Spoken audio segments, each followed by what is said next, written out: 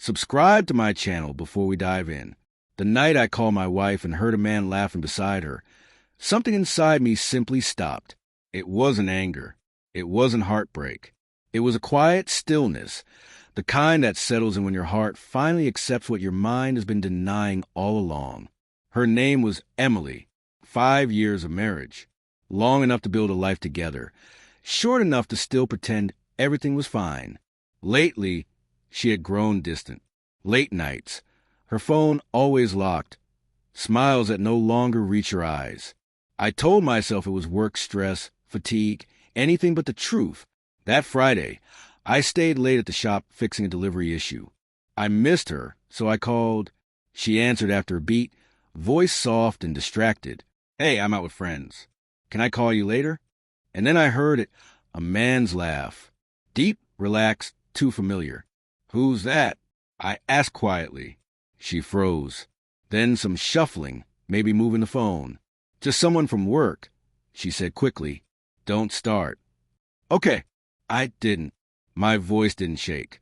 "I'm not," I said, and we sat in silence until she hung up. I stayed at the kitchen table for hours afterward, phone in hand, staring at nothing. The clock ticked on the wall, steady, relentless. Love doesn't vanish overnight. It fades like sunlight slipping behind clouds. I had just failed to notice how dark it had already grown. She came home late, smelling another man's cologne, kissed my cheek, and went straight to the shower. I didn't speak. The next morning, she was unnaturally cheerful, humming while making coffee, smiling at her phone, hiding the screen when I looked. That's when it hit me. She wasn't nervous. She was comfortable. That evening, I asked casually, leaning against the counter, "Where were you?" She looked up, startled, and shrugged. "Just drinks after work. You know how it is." "Yeah," I said. "I heard." Her hand froze mid-motion, a pause. Then a brittle laugh, defensive. "He's just a friend, Jake. You're overthinking again." That word, overthinking, felt poisonous. The shield every liar hides behind. I nodded, kissed her forehead, and left for work. But instead of heading to the shop, I drove to her office, parked across the street, and waited. Hours later, she came out not alone. The man beside her was the same one from the photos she had claimed were just co-workers. They laughed, their hands brushed. I gripped the wheel, staring at the woman I thought I knew. By evening, I had made my decision. No yelling, no revenge, just truth. When I got home, she was already there, wearing one of my shirts, smiling as if nothing had happened. "Hey," she said, "you're home early?" "Yeah," I replied quietly. "Thought we should talk." Her smile faltered. "About what?" "About how it feels to laugh beside another man while your husband's voice plays on speaker." Her face went pale. She opened her mouth, but no words came out. "I called you last night," I said. He sounded happy. "You did, too." Tears filled her eyes, but I saw the truth. Not guilt, exposure. "It's not what you think," she whispered. "Emily," I said, "it's exactly what I think." That night, she lay at the edge of bed, pretending to sleep. I stared at the ceiling, feeling the distance stretch like a canyon between us. Nothing left to save, just truth waiting to be accepted.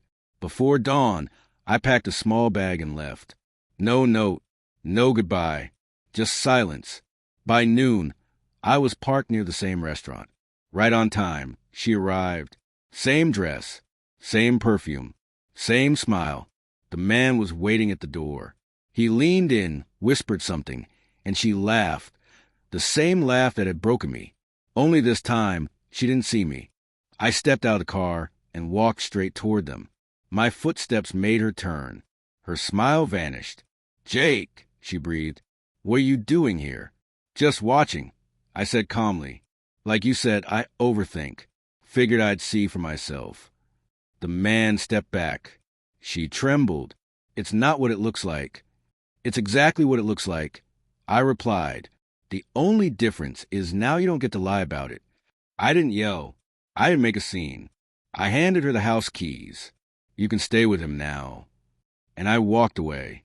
The next day, she came to the shop, eyes red, voice shaking. Jake, please. It was a mistake. I didn't mean for it to go this far. I looked at her, and for the first time, felt nothing but relief. That strange, quiet peace that comes when you stop holding on to someone who let go long ago. You should have thought about that, I said softly, yesterday when you laughed. She broke down right there. I didn't look back. Sometimes the coldest revenge isn't chaos or anger. It's indifference. And that day, no one was laughing.